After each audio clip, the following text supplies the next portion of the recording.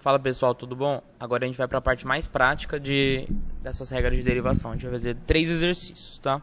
O primeiro deles, a gente vai usar a regra da soma, certo? Porque eu quero derivar a função f em relação a x, mas a função f é definida como uma soma de funções, tá? No caso 2, no exercício 2, a gente vai ter um produto de funções de x, certo? A gente tem que usar a regra do produto. Na questão 3, eu tenho uma divisão de funções de x, eu vou ter que usar a regra do quociente. Então vamos lá, caso 1. Exercício 1. Tá. A derivada de x de f em relação a x vai ser a derivada dessa função, certo? Em relação a x.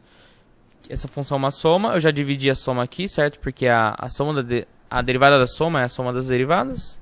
Então, como se eu distribuísse essa derivada aqui dentro, tá? O x é uma constante aqui, então eu já posso deixar ele em evidência, tá bom? Próximo passo. Deixei ele em evidência. Joguei ele para fora da derivada. E o x quadrado eu já derivei, tá? A derivada de x quadrado é 2x, porque eu uso a regra do tombo. O 2 cai aqui, multiplicando. E desse 2 eu tiro 1 e fica 1 aqui em cima, tá bom? A derivada de e elevado a x em relação a x é ela mesma, certo? Como a gente já tinha visto naquele vídeo de derivadas elementares. Tá. Tudo bem, acabou o exercício, vamos para o próximo. O segundo exercício é um exercício de produto, certo? Vou ter que aplicar a regra do produto para derivar. Então vamos lá, a derivada de f de x é a derivada dessa função, certo? O 5, como vocês podem ver, é uma constante, ele está multiplicando essa função aqui. Então eu posso jogar o 5 para fora da derivada. Foi o que eu fiz e mudei o aspecto aqui, tá? Quando estava a raiz de x, eu coloquei x elevado a meio. É a mesma coisa, mas assim a gente fica mais fácil de derivar, porque eu vou ter que aplicar a regra do tombo e tal. Então ter o número aqui em cima, x elevado ao número, vai facilitar na hora, tá? Então quando tiver raiz, sempre deixa o meio, tá bom? Bom, eu vou aplicar a regra do produto, que é a derivada do primeiro vezes o segundo, mais o primeiro vezes a derivada do segundo. Tá? Derivei o primeiro vezes o segundo, peguei o primeiro e fiz a derivada do segundo. Tudo bem? A derivada do primeiro, que nesse caso é a derivada do ln, que é 1 sobre x. Ficou aqui o x embaixo. E a derivada do raiz de x, que é x elevado a meio, eu usei a regra do tombo, o meio caiu, sobrou menos meio aqui em cima, porque eu tirei 1 do meio, certo? Menos meio.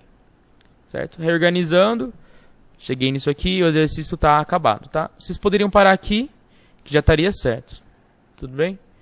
Vamos para o próximo exercício, exercício 3. A gente tem uma divisão de funções de x, então a gente vai ter que aplicar a regra da divisão ou regra do quociente, tá?